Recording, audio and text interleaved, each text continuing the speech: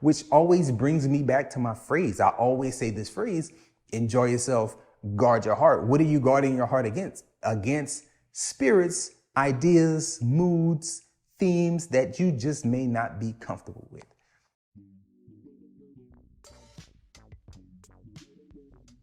What's good, everybody? Welcome back to Whole Views. Today we're doing a special type of video. We're talking about spirits and how everything that you watch has a spirit to it. The thumbnail is going to be using Hocus Pocus 2 because that's the topic of an article that I found on Variety. So in this Variety article, a woman by the name of Jamie Gooch from Texas, she talks about how if you show Hocus Pocus 2 to your kids, you're unleashing hell in the lives of your kids, and like they're casting spells that could affect you in real life.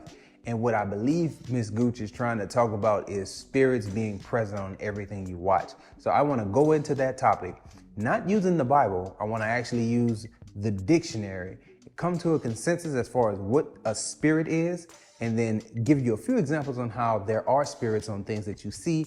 Is not always a negative thing, but it also isn't always a positive thing.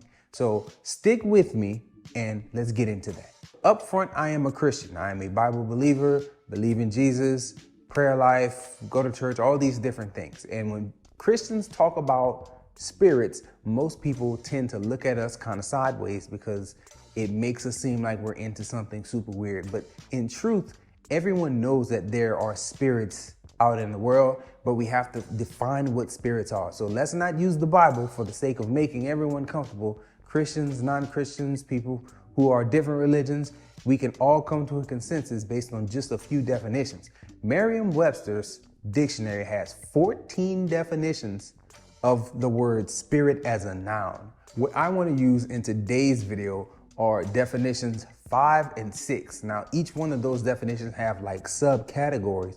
I'll read through them. We'll discuss what they mean using the examples that they give us. And I believe these definitions are definitions that both Christians, non-Christians, other religions, everybody who can understand what I'm saying understands and will probably agree that these spirits are the spirits that people are talking about when they talk about watching any kind of like Halloween stuff, horror stuff, and really it's anything that you watch. So let's get to definition number 5, and this is 5A, and I'm reading.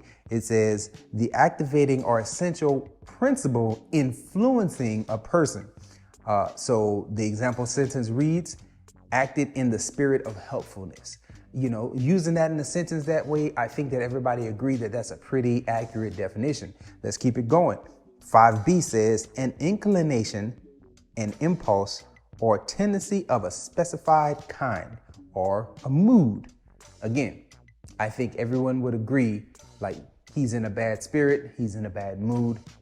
Understandably, use of the word. 6A says, a special attitude or frame of mind. A special attitude or frame of mind. The example sentence says, the money-making spirit was for a time driven back, you know.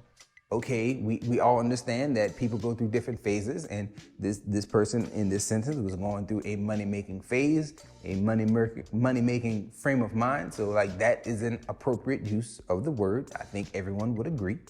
And then 6B says, the feeling, quality, or disposition characterizing something. That's real important when it comes to talking about the shows and the things that we watch.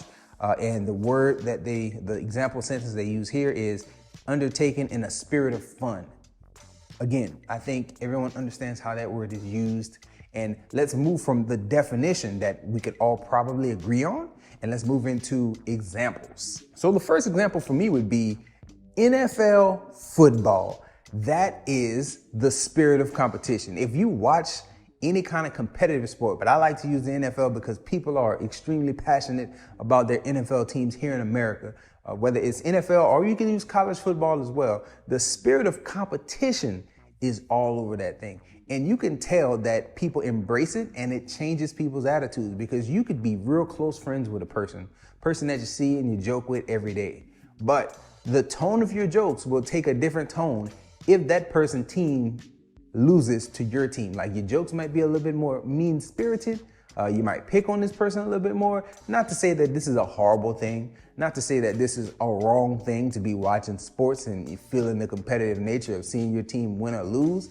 But it is something that grips people and kind of changes the way people behave. We see fanatics come out of people who are, normally very nonchalant because their team is winning or their team is doing well. So definitely, I believe everyone who's watching this video could agree that there's a spirit of competition when you watch televised sports, competitive sports. It just makes sense. It's a normal thing. Let's take it a step further though, make people a little bit more uncomfortable. I'll use a movie that I'm pretty sure most people have seen in Avengers Endgame. It's the second highest grossing movie in the world. Most people in the world have seen it, even if they're not huge Marvel fans or comic book movie fans. Most people have laid eyes on Avengers Endgame by this point. And do you know the spirit that is on that movie? It's not something that's bad. It's not something that is negative, but it is a theme, an essential principle of the film, as well as the feeling and disposition of the characters that we see in the film. And those two spirits are, one, the spirit of camaraderie, like brotherhood, because you see the Avengers uniting and fighting and, standing against a bad person. But a bigger one is the spirit of sacrifice. The spirit of sacrifice is present throughout that movie because at each phase of the film, someone has to agree or at least be willing to give up some part of them, if not their entire lives, for the plot to move forward. Think about it. Black Widow gives her life, they get the Soul Stone. Hulk is willing to put his health on the line and ultimately gives up the use of that arm so he can snap everybody back. The main theme that Tony had been kind of working through since Infinity War was the fact that there was one way to win, and that way was him dying, like him sacrificing himself and ridding the world and universe of Thanos and his army. So yeah, it's a constant theme. It may not be something that you think about. It's definitely not going to influence you to do anything bad. That's not what I'm saying. But what I am saying is that there's a theme. It's an idea that's present in that film. And there are ideas present in everything that we watch. Everything that we watch is characterized a certain way. Most of the things that we watch tend to put us in some type of mood. If that something is really well written, then it's going to be something that puts us in a certain frame of mind. All those things are spirits, just like we talked about in those definitions. So when we look at the movie Hocus Pocus 2, I've never seen it. I'm not saying that watching Hocus Pocus is absolutely devil worship. But let's be clear, the woman may sound a little off if you read the article in the description. She might sound like, man, she's talking crazy. They're casting spells and it can come through your TV. Maybe not that so much. But the spirit of witchcraft, the idea that you can call on anything besides God, Jesus, and get your problem solved, it's witchcraft. It is. And maybe that's something that you don't want present in your home. So maybe you don't watch that film or let your kids watch that film.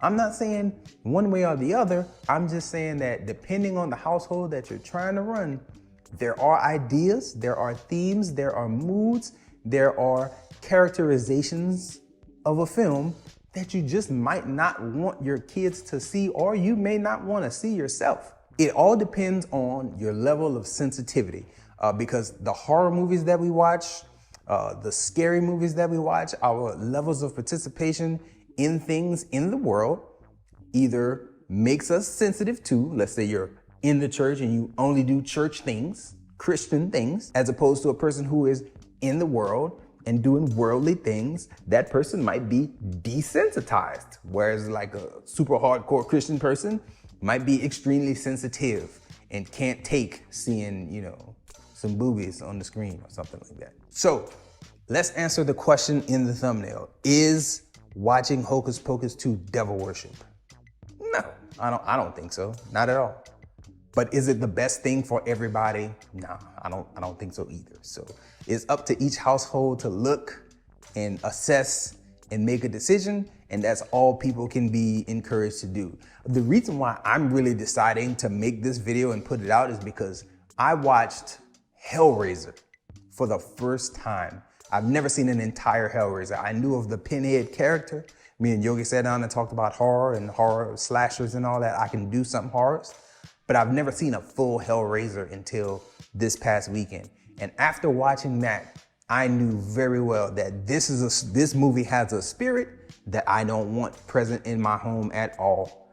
And that prompted me to make this video, talk about spirits that are on the films and the shows and the games and all the things that we take part in, as well as kind of do a little prep work, because I'm gonna talk about Hellraiser in a video real soon. And I wanted to have some groundwork laid to where if somebody heard me say something in the Hellraiser video, I wanted to have a point of reference that I could point back to and say, hey, this is how I feel about the spirits on the things that we look at. I think I'm pretty clear here. This will always be my point of reference. I'm just gonna remember, the devil worship video and put it in, one of the little things that pop up in the corners of the screen. And that's how I'm gonna roll from here on out, just so people know and understand, like, yeah, I'm not talking crazy when I'm talking about spirits. I'm talking about the mood of this show, the ideas present in this show that may be too much for me or too much for you, just depending on who you are, which always brings me back to my phrase. I always say this phrase, enjoy yourself, guard your heart. What are you guarding your heart against? Against spirits, ideas, moods, themes that you just may not be comfortable with. So that's all I have here. I think I did pretty well. I'm pretty concise. I hope that I get some positive feedback, and I hope that people don't think I'm talking crazy, because the spirit world, if you're a believer in Jesus, you know that there are spiritual things at play, and you have to be able to identify them and also articulate yourself to people who don't understand that type of lifestyle and the things that we talk about. So I think that's it. I think I'm good. Let me know what you think. Enjoy yourself, guard your heart, and go watch something good.